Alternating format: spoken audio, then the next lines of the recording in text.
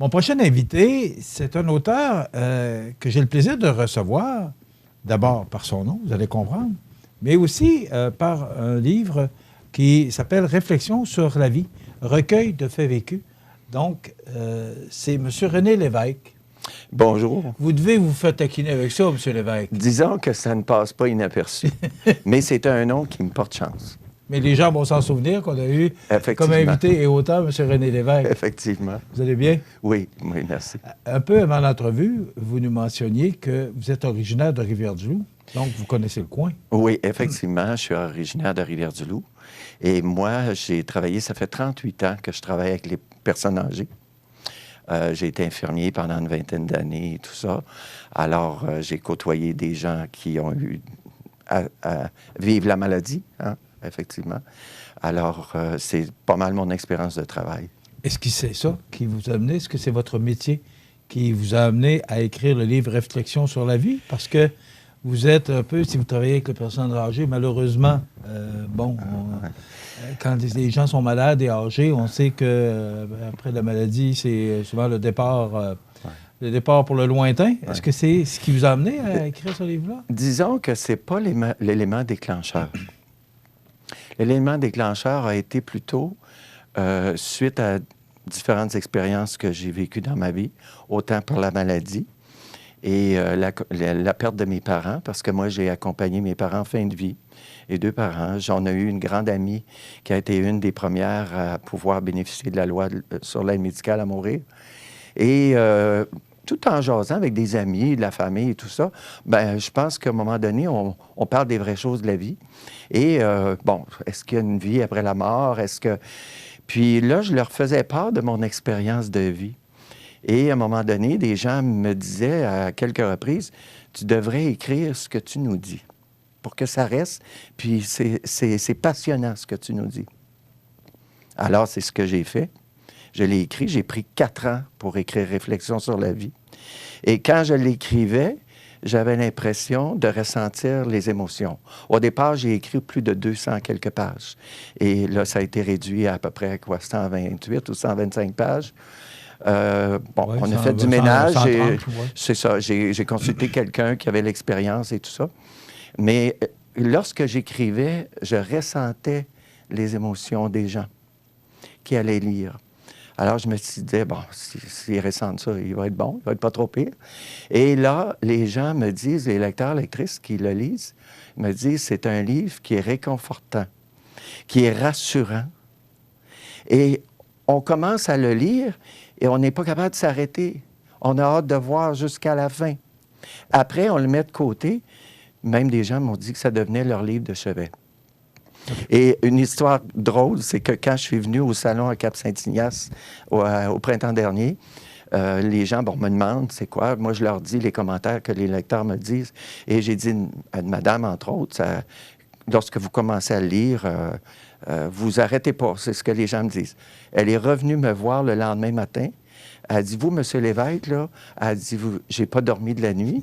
Elle dit, j'ai commencé à lire le livre et elle dit, j'ai pas été capable de m'arrêter. Alors, moi, c'est ma récompense. Bon. Racontez-nous un peu ce que contient ce livre. Ouais. Donc, vous disiez tout à l'heure que les gens vous trouvaient très intéressant puis vous disaient de le lire. Ouais. Qu'est-ce qui faisait que vous étiez si intéressant? Ouais. Racontez-nous pour, justement, intéresser le public. Oui. Bien, écoutez, suite, justement, aux réflexions, c'est des réflexions qui sont importantes, qui ont un sens, qui donnent un sens à notre vie. Parce que la vie, souvent, va nous confronter à vivre des épreuves, différentes expériences, et qu'il faut en donner un sens à ça. Hein? Alors, moi, à partir de ça, bon, j'ai eu un premier cancer à l'âge de 20 ans.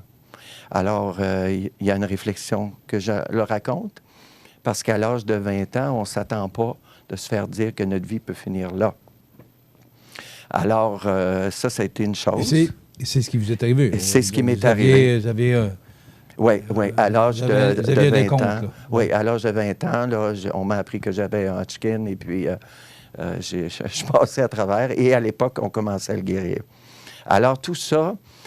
Et j'ai écrit le livre aussi pour une chose importante, c'est que j'ai dû réaliser un jour que j'avais une facilité de communiquer avec un monde ou une dimension autre.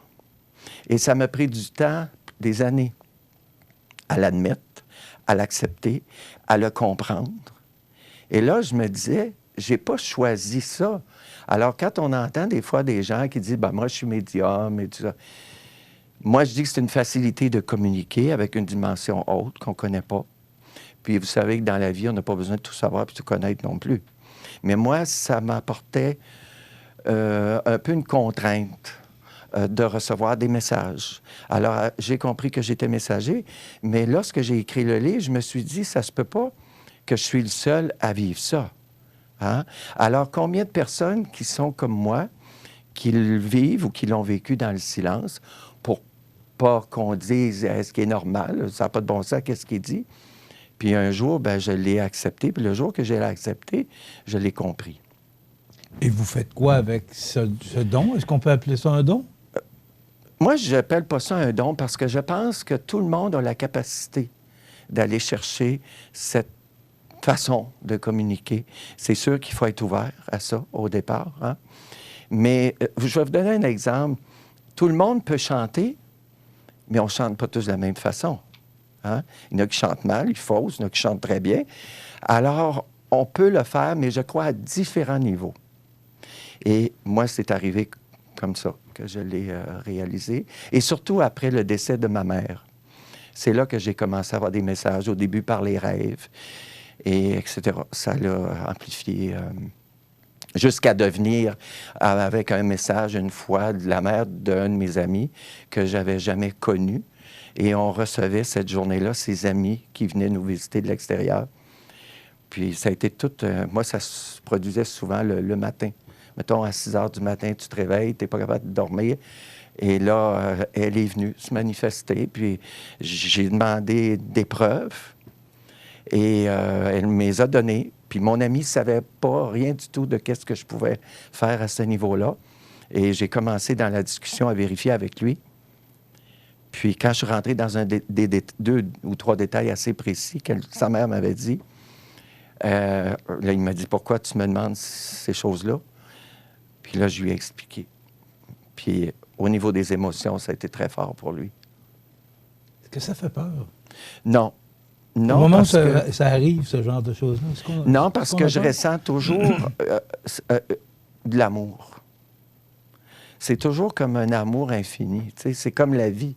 Moi, je dis toujours que la vie, c'est un long voyage infini qui nous sert à apprendre, à aimer d'abord, à apprendre et grandir. Moi, je trouve qu'on ne peut pas, il ne faut pas amener l'être humain au paradis, mais amener le paradis en l'être humain. Dans notre imaginaire ou dans notre façon de comprendre les choses, qu'on ne comprend pas, et c'est normal. Quand on parle de l'au-delà, pour nous, l'au-delà, on pense que c'est en haut. Mais alors que c'est à côté de nous, c'est avec nous, ça fait partie de nos vies.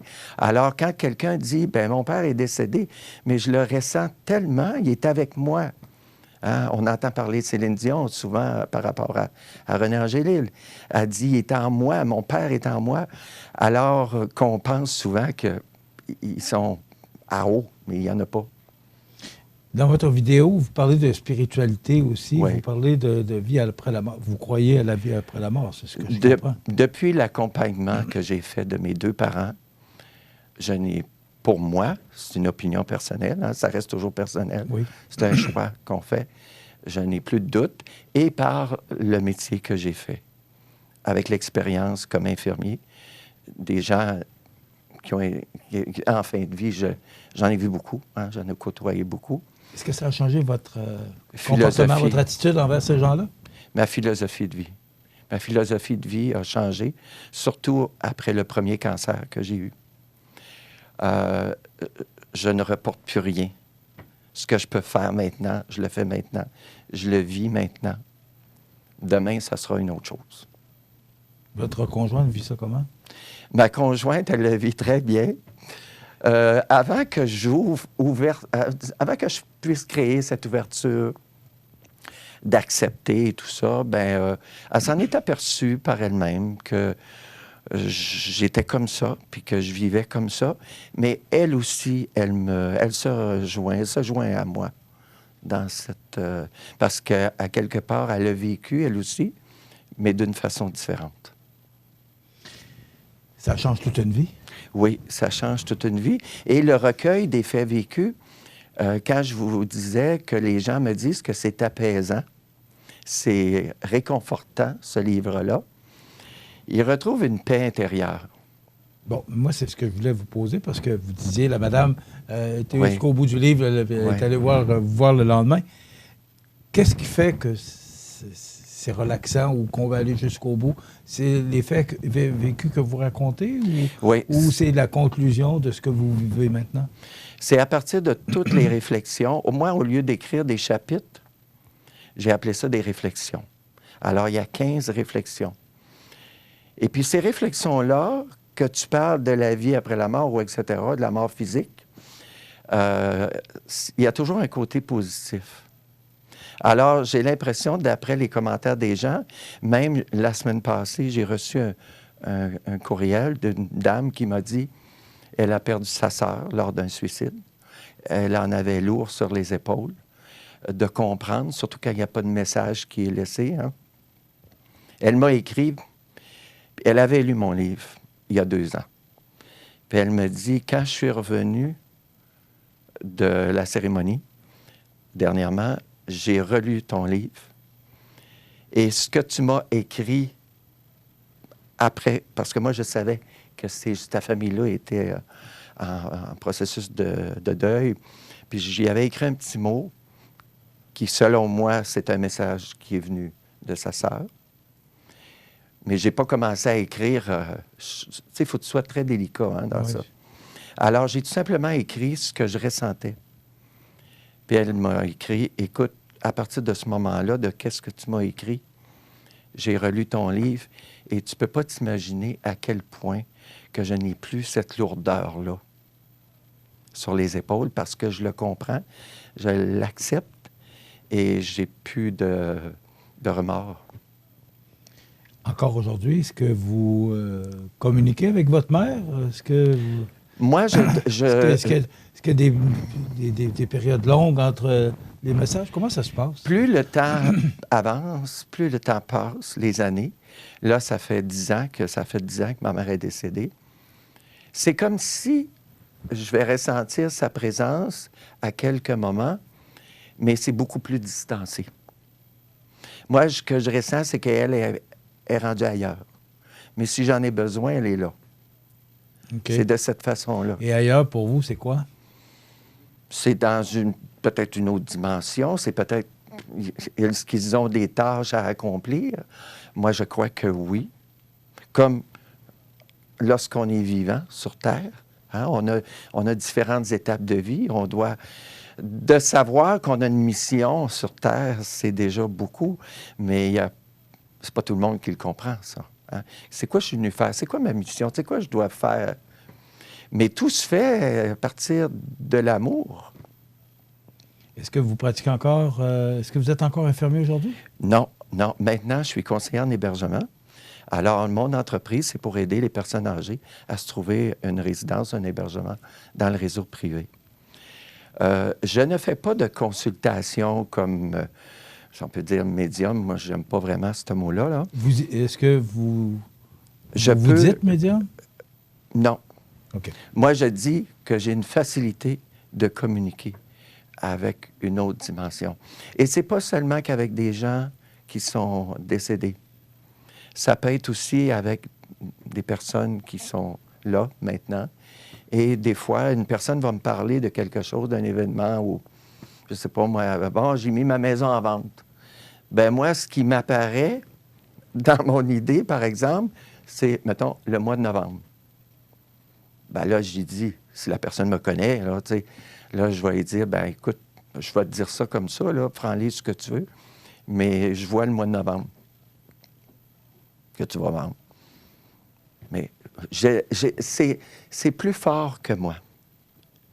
J'ai pas de contrôle là-dessus, dans le sens. Pas de contrôle au moment où ce que ça peut arriver. Et ça peut devenir un petit peu embêtant. par différentes périodes. On peut... Essor Livre, c'est l'éditeur. Oui, c'est l'éditeur, Essor Oui, Livre. c'est Pascal Gasse de Lance ton livre qui, encore une fois, nous fait l'honneur de recevoir, de vous recevoir. René Lévesque en plus. Oui, René Lévesque en plus, parce que j'aurais bien avoir une entrevue avec René Lévesque, le premier ministre. Mon homonyme. Mais je suis très heureux de vous avoir rencontré. Réflexion sur la vie. Est-ce qu'il y en aura un deuxième? Je ne pense pas pour l'instant. Pour l'instant, je prépare un projet de conférence avec Mme Jocelyne Cazin, qui est mon mentor Oui, dans qui a ce passé, qui est projet-là. venu dans nos studios déjà. Qui est Oui. mon mentor. Alors, je la rencontre à quelques reprises. Puis mon projet, c'est ça, c'est qu'à partir du livre et à partir d'une conférence, j'aimerais rejoindre plus de gens, mais vraiment se concentrer sur une conférence qui pourrait aider les gens davantage. Vous pouvez aller voir sur le site de Pascal Gasse, Lance ton livre. Il y a une petite vidéo là, d'une minute, 1 minute 30 à peu près, Pascal, qui vous décrit. C'est vous-même qui faites la vidéo, qui présentez votre livre. Donc, c'est aux éditions Essor Livre. Pascal Gasse, Lance ton livre. Pour avoir toute l'information, vous voyez ce livre, Réflexion sur la vie, recueil de faits vécus. Monsieur Lévesque, merci d'avoir été avec nous. Bien, c'est moi qui vous remercie. Ça fait combien de temps que vous l'avez écrit? Ça fait 2 ans. OK. Alors, il est encore disponible il est toujours partout? disponible. Toujours disponible. Merci beaucoup, Monsieur René Lévesque, de votre visite chez nous. Et je vous incite à lire ce livre-là. Vous avez vu, je ne savais pas que vous étiez au Salon de Cap-Saint-Hyacinthe. Ouais. Donc, voilà, ça s'appelle Réflexion sur la vie, recueil de faits vécus. René Lévesque, Essor Livre et encore toute l'information sur Lance ton livre de Pascal Gasse. Ça complète. Merci, M. Lévesque. Bienvenue. Ça s'arrête.